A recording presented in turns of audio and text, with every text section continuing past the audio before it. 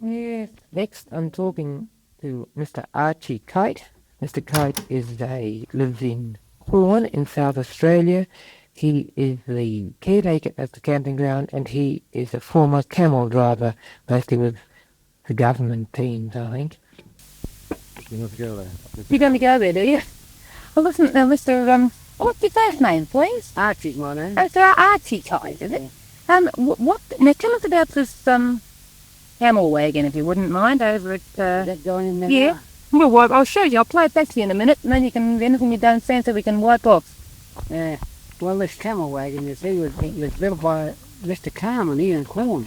Oh, yeah. It was Carmen built in Quorn. yeah. Yeah. It was built here, see? And we were only boys and on the road, see? That's how I knew all about it. I could tell them from A to Z about it, because my father got a wagon built about the same time. Now, this is the camel wagon, isn't Donkey wagon. Donkey wagon my father had. Yeah. And the camel wagon the old Afghan had. The camel wagon that's over in Melrose, like a museum now. Yes. Now, you knew the bloke who built it, did you? Yes. Who was that? Tom Carmen. In Quorn. Oh, right. He used to be the wheelwright, see? Oh, I get you. And Who who did he build it for? He built it for this Afghan. Yeah. To make him as they wanted it, Mm-hmm. see? And where did the Afghan use it? Up at Marie? He used to use it from Farina to up to Mumpty, and I think he went to Cadilla once or twice with the other teams. But he mostly had, before he got the camel wagon, he had mostly packs. What on camel? Yeah. Oh, I see. Take up provisions on one load going up and wash wool. See, Cadilla down with the wash wool place. Oh, they used to wash the wool up there. Yeah, they had 160,000 sheep there. And I thought, didn't even know they washed the wool on the station? Yeah, they didn't there. Well, you see, it was this way. If it cost more, just as much to cart the wash wool as it was the greasy. And they were getting double the price for the wash wool. See? And they had the machinery there to do it with. They did by machine. And did they have plenty of water, did they? Oh, yes, a big water roller. Ah, Like permanent. Yeah. Cadilla down. Station. Cadilla Station, okay. And so this Afghan chap, you don't know his name, I suppose. Yes, Magdalene. Magdalene. Yeah. Uh-huh. Yeah. And when do you think when did Mr. Carmen build it? When you were... About 65 years ago. Within about, it might be 6 months or 12 months within, but it's about 65 years ago that I can remember back, see, when it was made. And you were only a little boy then? I was only a lad on the team. 6 or 7, and you were on the team then yourself? Yeah. Ah. And what, and you okay, and then he built it for this man, this... Afghan, yeah. Afghan, Magdalene. Magdalene. Yeah. And he took it up to Farina. Yes, well then, after he'd finished with it, he sold it to Saleh Muhammad, another Afghan. Mm-hmm. See? They made some sort of a deal, it might have been between camels, I wouldn't have a clue, with something that way. Well then, you see, he went out onto a station. His father died, this Saleh Muhammad, and he went out onto Bulgaria station, see? And he started taking up land there. But those things always get caught up with. Yes, they do, don't they? They'll catch up with you. It doesn't matter if it's 5 years, 10 years or 20 years. They'll have you. And do you know what happened to it after Mr. Saleh Muhammad? Yes, Beltana Parcel Company bought the station. Beltana. Oh, that near Beltana, yeah. Right? Oh, we've been Beltana Parcel Company at Beltana. On the side of the road, you can see it on the left side going up on the hill, big station. Just before you get to Beltana town, there's a lookout there, there's a big stone monument as you go round. Yeah. Well, just up on the hill, that's the Beltana Parcel Company. Ah, still there, is it? Yeah. Still going. That's why I didn't notice exactly. I noticed a lot of homesteads. Yeah, that's the Beltana Parcel Company. That's got Mount Lyndhurst and Monty Alley too. That's all combined. See? Yeah. And then what happened? Then they got it, did they? The Beltana Parcel Company? No, Saleh Muhammad kept the old wagon. See? But the station was taken over, bought it to pay for the tax, Beltana Parcel Company, so they still own that country. That's right out on Lake Thomas. Oh, yeah. That's the big lake that the border fence runs right through it. Yeah. Right, so did it ever have any water in it?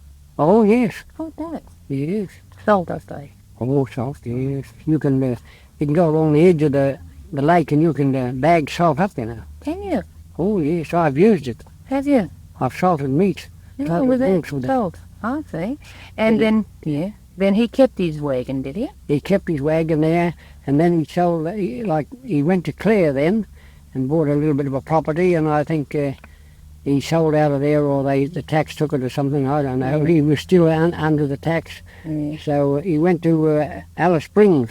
Mm-hmm. So now he's managing a station, I think it's Beetaloo, I think it is, that's the name of it. He's still living? Pardon? He's still living? Yeah. Oh, Well, he's only this young fella. I suppose he'd be about 50.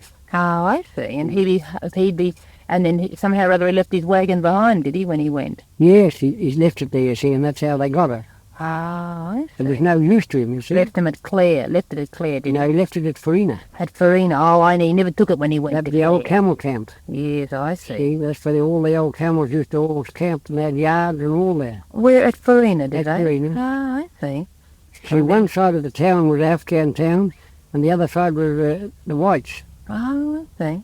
Oh, now look, just see how this is coming out. This Afghan father, yeah. This young chap, 50. Well, his mother was a school teacher over in Perth somewhere, Uh-huh. and she came over here, and he had camels, and they fell in love and he got married, and that's how she was half Afghan and half white, you see. Do the Afghan people, did they speak in their own language at all, or did they keep up their own language, do you know, or did they just speak English? Like Oh, everybody yeah, else? they can speak English, but when they get together, they speak In their own language. in their own language. I can understand it. Could you? I could sit down and I could listen to them and know what they were talking about, but I couldn't get the real details of them. I see. And where were you born? Farina? Farina. Where exactly is that? That's just on the side of Coffley. That's right. Is it on the road there? Yeah, right on the road. Uh-huh. At Farina, and your father, your parents lived in the town? No, they... Yes, father and mother lived Yeah. there. And what did you do? What you were saying you were on the teams when you were a On little the boy? team, Carpenter were Udnamutna. Where's that? That's out in the Flinders Ranges. Udnamutna. Udnamutna. Oh, what's that, a station, is it? No, that was a copper mine. Oh. They built a big smelters there. They came from England and built a big smelters.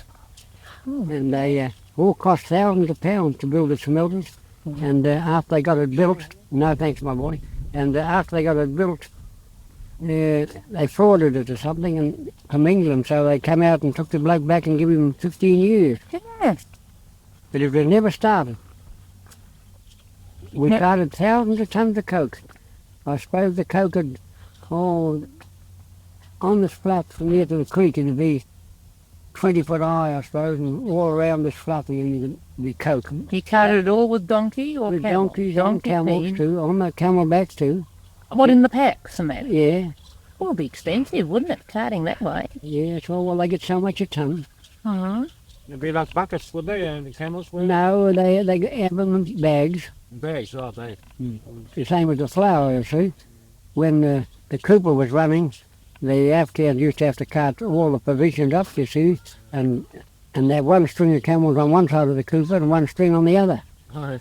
And we used to have boat everything across. We'd have to carry it up to our waist and dump it in the boat. You couldn't get the boat on the edge of the water, see, because you couldn't get it off again.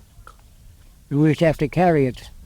That was 2 bags of flour was 400 pounds. You know, the 200-pound bags years and years ago. They were 200-pound bags then. And they had them sewed together. Yeah. And we used to have to put them on our back and walk in and put them in the boat. It's 400 pounds we used to carry them and dump them in there. And was the river running very deep? Yes, oh yes. It's 3 mile wide. What, the Cooper? When Yeah. it floods? Yes. Anyhow, when we get to the other side, we'd have to lug it out again out onto the dry ground. Okay. So you'd get, say, 12 ton of flour, and you got 400 pounds on each side, and you had to put that 400 on your shoulders and walk out with it. When your father went on these, carrying out to this place, did he take the whole family with him? No, Mother stopped in town. Oh, I see. Your mum didn't go along with you. No, she stopped home. And how old were you when you started going first? 8-year-olds. 8 years old. And were you able to be useful then, or just going on the Oh, holiday? yes. No, I went out a couple of trips without a wagon, and then he got me some donkey in a wagon, and Of your own? yeah, Right. I follow behind. And when I'd come to want to put the brake on going down the big ranges, I'd get up in the shafts and get there and put the brake on. He used to leave a little place for me to sit there and put the brake on. How many donkeys would you be in the I team? used to have 20 in each. 20. And you were driving those when you were 8 years old? Yes. Oh, well, and your brothers and brothers did the same, would they? Yes, there was an elder brother with us too. But the sister, well, she was only a little baby then, and you see, that's how we battled. Oh, word. And many a night I've been frightened too, I'll tell you. The dingoes and the wild donkeys. The dingoes are out right around your camp of a night, just like wolves. And the donkeys, wild ones, would come right up to the wagon and eat all in your ear. Why, that used to make us frighten us boys. A lot of donkeys, wild donkeys running wild, weren't they? About 2 or 3,000? Was that where you got your donkeys from? Go out and run them in, or you breed your own? You breed your own. You couldn't take them there. They're all inbred. Little fellas. Are they still there? Oh no, they kept shooting them out. Oh, But they're still there. There's still a few. And they got away from, they sort of got away from And they got teams away from the to the- teams and they bred up, so you got with the wild ones. And were the donkeys useful, like, were they good animals to you? Oh, they never give in. They won't give in. They'll hang to their collar there till the last, till they drop. Really? Yeah, they'll hang till they drop. Yes. If you're pulling up a steep hill, say a very steep incline, and they got a job to get along with it, you chock the wheels with a big stone, they'll have a spell, and as soon as you sing out, they'll hit that collar again and go up another few feet, and then you chock it again, and that's how we used to get up the big mountains. Not like camels. Camels are hard, aren't they? Oh, camels, they can pull this strong. Can they? And I always They're not thought, very eager, are they? I mean, they're lazy sometimes, aren't they? Pardon? Are camels a bit lazy sometimes? bad-tempered, aren't they? No, they're the softest tempered things you ever had in your life. No. A donkey's very hard to manage. They say, they lay their ears back and just won't, No, I broke know in, how to do them. I broke in hundreds and hundreds. Did you? Yes, and they're wild when you get them, and you just lasso them and pull them into the harness and yoke them up and let them go. You don't worry about it. They're pretty quiet ones, you see. And after a few mornings, they come to us. And after a fortnight, you can go and put your arm around the neck and lead them in. That's it. They're Yeah. quite, I always thought that they were very hard to manage. Now, if you built them or knocked them about, same with everything. It's just like a horse or any animal, a dog or anything. You must not knock the animal about. Kindness is at 100%. Yeah, kindness is. Yeah. I see. And you lived there. Now, how long did you live up at Farina? Oh, well, we only lived there like till I was about. I went with Dad till I was 18, and then I went with the government camel team, driving government camel team, Oh, yeah. to a bore. It's up the other side of Minneminka. It's over a mile deep. Is it? Yeah, over a mile deep. What bore is that? A Patchawara bore. Patchawara bore. And where did they go, camel We tours used to have to go? go there, you see, and pitch back all the bore material that they didn't want. See, they got it down to over a mile deep, and then you see it. They couldn't go any deeper. You didn't have the plants to go any deeper. See, Johnson Brothers. So what was life, when you say you had to battle, what was life like, when you were a kid? Oh well, it was really, really hard. You see, when we went on the Slisky, you see, some of the waters was 50 miles between each water to give them a drink, and you're travelling over sand hills. See, so the first night, say you'd want to go to 50, you'd go out about 6 miles with the teams. Well, then you'd fetch them back and camp there with them at the water. Give them a drink early in the morning, and then you'd go straight, just a little bit of a swag, and then go on, ride a donkey and take them onto your wagon, yoke them up.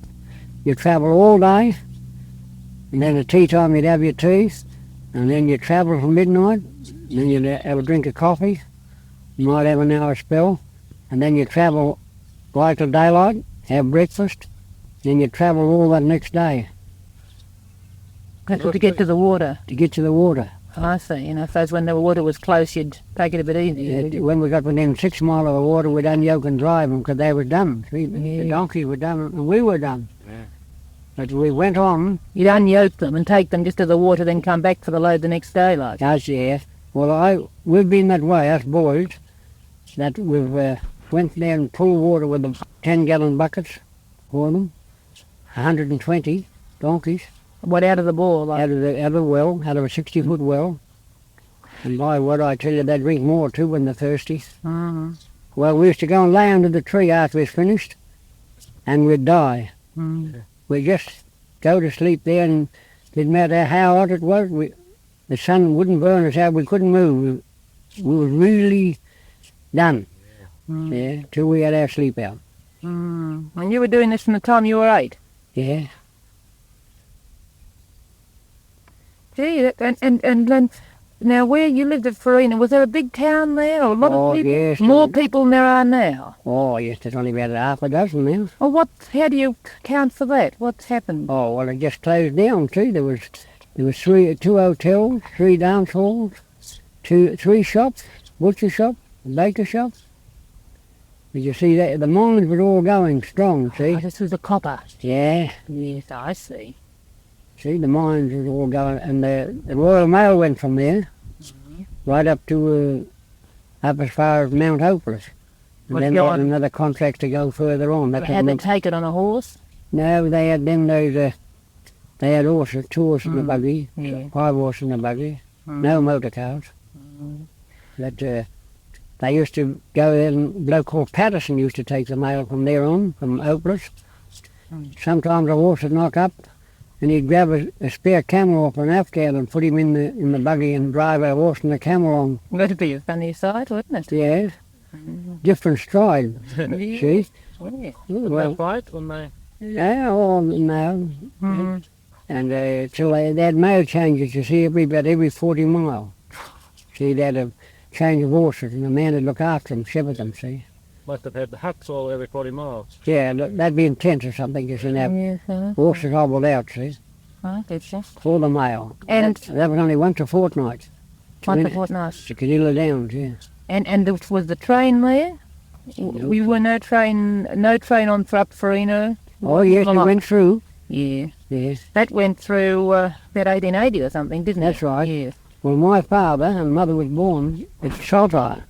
Where's that? That's down here, this side of Port Augusta, where you come from Port Augusta when you hit the first creek. You know, when you come over the mound and you hit the first creek and you cross the railway line? Yeah. On that side, you'll see some pepper trees on the side of the hill. Oh, yeah. That was one of our homes there. My mother's home, see? They're people farming people, were they? No, they were carting the telegraph poles, the pine ones, For the inland, for the overland telegraph. over to my grandfather and father. So he was only a boy. And they had the bullock drays. There was no wagons in them days, only a bullock dray. And they were carting them right up to the Catherine. What, by bullocks? Bullocks. Wouldn't have thought there'd be enough water up there for the bullocks. Well, sometimes they'd sit down for a fortnight or 3 weeks at a waterhole. There was 100 miles between the next water. And they couldn't move. Then a shower of rain would come, and they'd shift on and get through. That's the way they battled. Had to wait for the line. Yeah, to wait for rain. And your father was born like to the carrying trade too, was Yeah, he? yeah. His father was a carrier too. That's right. Telling time, geez. It seems to me that one time there's been a lot more little farms around here than there are now. You see a lot of houses are deserted. What's Yes, the reason well- for that? Well, that's the reason is because the little fella went broke, Oh, yeah. and the big fella come in and bought out, see? It was a person. With the, Yeah, like, yes, you see, and Really do. you see, a lot of them went on by the agents. So you buy a little farm, and then the agent stands for them, you see. Well, then they couldn't make a do out of it, well, then they had to sell out and get out, see? The land wasn't suitable for small farming, I No, suppose, no, was it? no. Well, see, years ago, I remember when we were only lads at that same time, as I tell you, we was on the Slisky. They were, Where's that? that's on the Slisky, that's they're going up the Cooper towards Oh, the that's right. Yes, that's from Inaminka. Yeah. Yes. Well, they took about 150 draft horses from here, all around these paddocks here. Took them up there on adjustment. Because there wasn't a skerry to feed here. They couldn't feed them. Golly. When was that? Oh, that was back in about, I think it was 1916. Oh, it was during the war. Yeah. In the first Golly. Now, you were saying that when you were young, there was a couple of dance halls in Farine. Three. Was there a lot of dancing done in those days? Oh, yes. Oh, Was it? quadrilles. They used to have the old quadrilles. When were you born now? Oh, 98. 1898. Mm. 68, yeah, that's right, 72. Mm. That's right. And was there still a lot of dancing going on then, was there? Well, after I was a little fellow, they were dancing. And as soon as I was as big as this girl with the teams, I used to go up there and stand at the door. You know, I think I'd like to learn. Now, come back. Dad would say, didn't you go in? No, nobody will dance with me. And he said, well, I give you one more chance. You go up, and if you don't win tonight, you don't go again. And we was only home like about 2 days or 3 days out of every month. Oh, yes. See? Yeah. And So you went up, did you? it was a shilling a night to learn. Yeah. So at last I knew a lot of people, you see, I knew all of them. So I went in one night and I started to dance, and you couldn't hold me since. I still dance. Do you? Yes. But do they have the old time dances around here much? They do, yes. Out on the, not in the town? No, they don't have it so much here. There's too much of this jazz stuff, you know. Yes. That's interesting. We met another gentleman. He was a bit older than you. He was 80. And he'd been a MC, you know, and used to MC the dance. Oh, yes. And he had a little button accordion. What did you call it? They call them And we call them windjammers. Oh, you see, because they got wind in them. Yeah. That's right. That's their bush name, they Is call it? Yeah. And he had a little button accordion, and he could play a lot of the old tunes. Yes, well, I used to play for some of the dancers, you see. Did you? How did you learn? I just went and got it and, you know, sounded the keys and went ahead with it. Picked it up? Yeah. Whereabout? And what are some of the dances they used to do in the old days? All the Lancers and the Alberts and all those square dancers, you know, and they were real. An old-time waltz.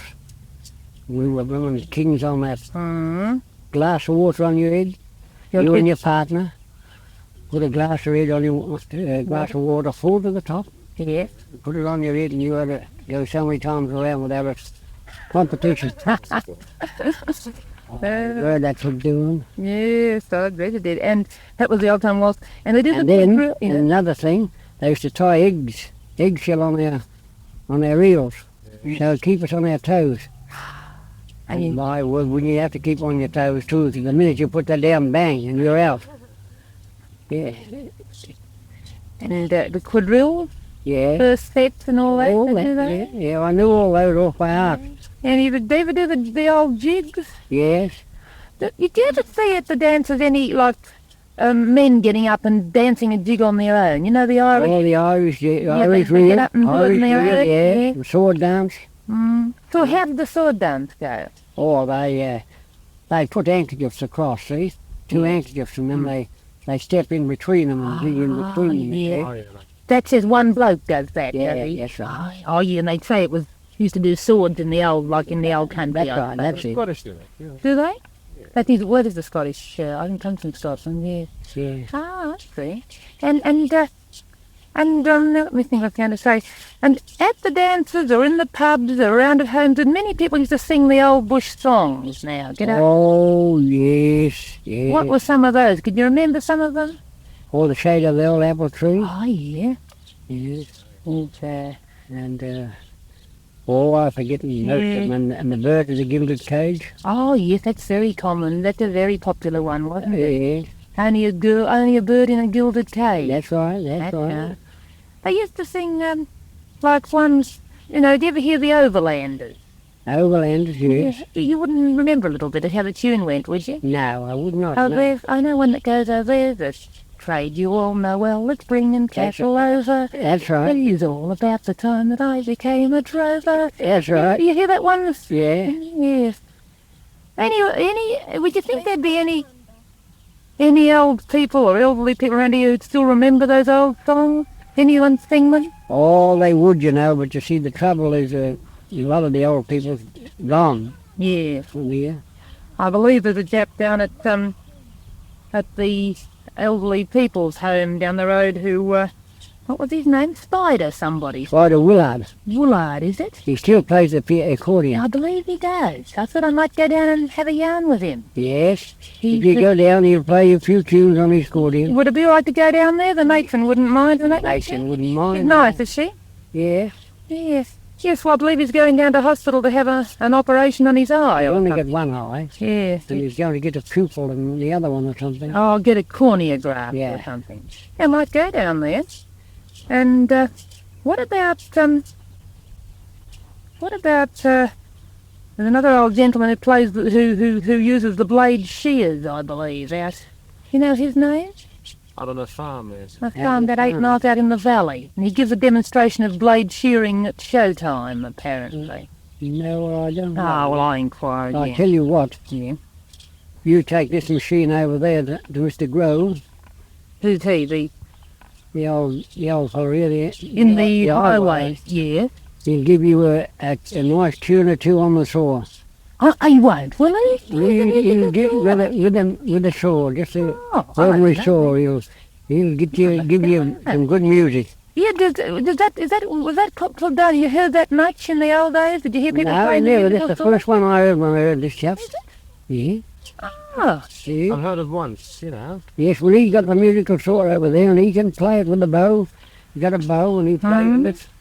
what were the common instruments they'd use at the dances now? What would Oh, you have, Oh, mainly? just the violin and the concertina and the windjammer. And the windjammer, I see. And I suppose they'd mostly men, would they? Yes, the ladies too. Ladies, they'd play. My little boy's gone to hear the steam engine. Look at the steam engine. That's what he's got. Oh, We don't see many steam engines. Oh, I see. Yes, that's I see. And now, when you lived in Farina, and what did you when the how long like did the donkey and camel carting last? Did that go out when you were younger, or was it? No, they're still carting right up till I give the camels away when I was 22 years back. 22 years? And did you give it up like because it was the truck was taking over, was it? Well, I could have got on the stations and got contracts with them, you see, 'cause they were very tractable. Yeah. I trained them that way I could sing out from here if they were a mile away and sing out in the morning, clear morning, and you see them all coming home. Would you? That's All well coming trained, home, aren't they? yes. Yeah, they'd all come home for their life in hobbles. Oh, okay. But as soon as they seen me, they'd come and get a piece of bread, all get their bread, and have a bit of a smooch to them, and then put them in the wagon, and away you go. You gave up donkeys later, did you? And Oh, camels? yes. Well, the camels were stronger. Are they? 6 ton of wood was nothing for 2 camels to drag around the town unloading wood when you want to unload. Instead of using 8 or 10, Yeah. 2 camels would pull it anyway. No, but they 10 donkeys you'd have to have. 8 or 10 donkeys and 2 camels, largely. No, 2 camels. just the 2 camels. No, but I mean, with 8 or 10 donkeys, you'd need 8 or 10 donkeys for the work of 2 camels, right? And would camels eat that much? No, they only eat a bit of scrub or a bit of Do they? any trees. They love trees, you know. What, gum trees or anything? All gum trees or willow trees, cassia trees, bullock bush, Okay. wattles, anything at all. And then, right, when you left Farina, your parents stayed there, did they? Yes, well, they came to Marie. I see. And then where did you go? I was with the government camels training yes, for that's right. 3 years. 3 years. That's up to that boar. Yeah, the up to big that one. bore, and then I went to up to Unadata, right out in the Musgrave. What would you be carting? Mostly stuff to boars, were you? Oh yes, boar material. That'd be a bit awkward to carry on a camel, wouldn't it? Because we had wagons for those. big wagons for those. Like, is that one at Melrose? Is that a big wagon? That's an extra big one. Extra big, is it? I think it's 24 foot long, I think, if I can remember. Yeah, I went right back and had a look at it, and you had to go back a long way to get in the camera. So Yeah, 24 foot long, I think. Hmm. And you ought to be a bit smaller mostly, would they? Ours were about 12 to 14 feet long. Mm-hmm. And did you? And how did you sort of live? You know, when you were working with the government ones, would you camp out or what? Yeah, camp out all the time. All the time. What, you'd have a man? You make damper, you make your own bread. Yeah, make your own dampers in the ashes. You have a Or cook on for the our- party, or you all cook for yourself? Two of us with a team where we'd cook for the two of us. Okay. One would hump the camels and one would cook. I get you. But I mostly had all my food cooked in the ashes. Yeah. Mm. And you have salted beef? Yeah, salt beef or fresh, wherever you could buy it. Yeah. Sometimes you'd have to take enough for a fortnight, see? Oh, I see. Well, the government didn't provide the food, like No, you no, found for yourself, they did just you? paid you and you find yourself. And Did you they. take any tin stuff? Well, we used to take a case of tin stuff with us too, you see. Okay. We had to take enough because there's no stores on the road. No. We had to go from Marie right to Inaminka before we'd try to store them. That was a station store. Yeah. But dear, I suppose. Yes, we used to take enough up to do us up and back. And how long were you on that? That was the 3 years. 3 years up and down. Yeah. And I went blind up there with the scums come over my eye.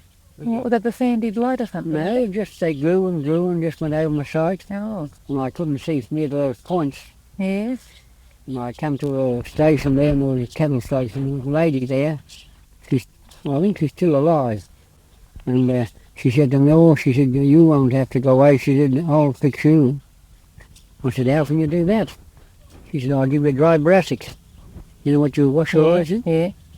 I have to put dry brassic in a little piece of paper, make a funnel, put in each eye. And wouldn't it pain and sting? A week afterwards I could see as well as ever. I've never had anything done to my eyes since. Must have been some sort of a germ or infection or something. No, that's just the ordinary scum. Yeah, can I do it? Kind of a cataract. Yeah. And Good. I suppose a lot of bush remedies. I suppose you had to work out your own ways of curing yourself. cure yourself with your own remedies.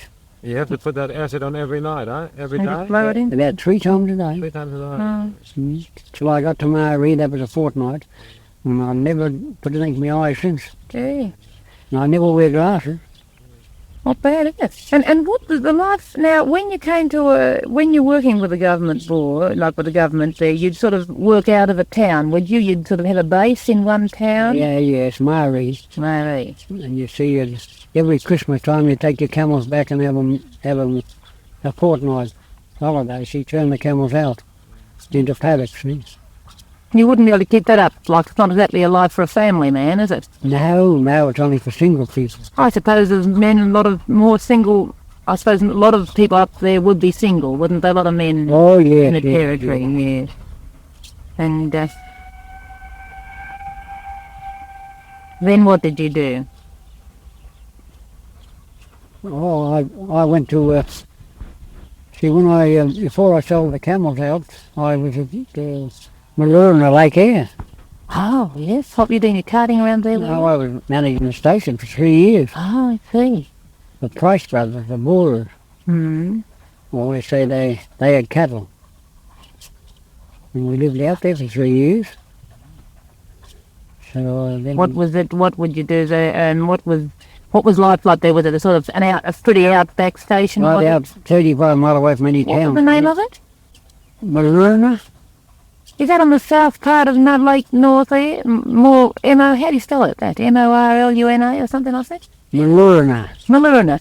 That's where those. Malurna. And in a base, the old homestead, they've got it all in a circle now. And they got all the families living in quarters, all combined. See, like the house over this corner, and fenced in and sleep out. There's another one at that corner, another one at this corner, and another one at this corner. And they're all in one little area. And they've all got phones across from one to the other. They haven't got to get out of bed or anything. They just pick the phone up and talk. Talk to each other. You see, it's the two daughters and one of the other relations, you see, and then like there's 4 families. That's what she said. She said there are 4 families on Maroon, aren't there? Yes. Well, isn't that a small world, isn't it? See? And you were manager there for Price, were you? Yeah. I suppose it was pretty rough then, was it? Oh, yes, it was very rough them days. What, just mostly men?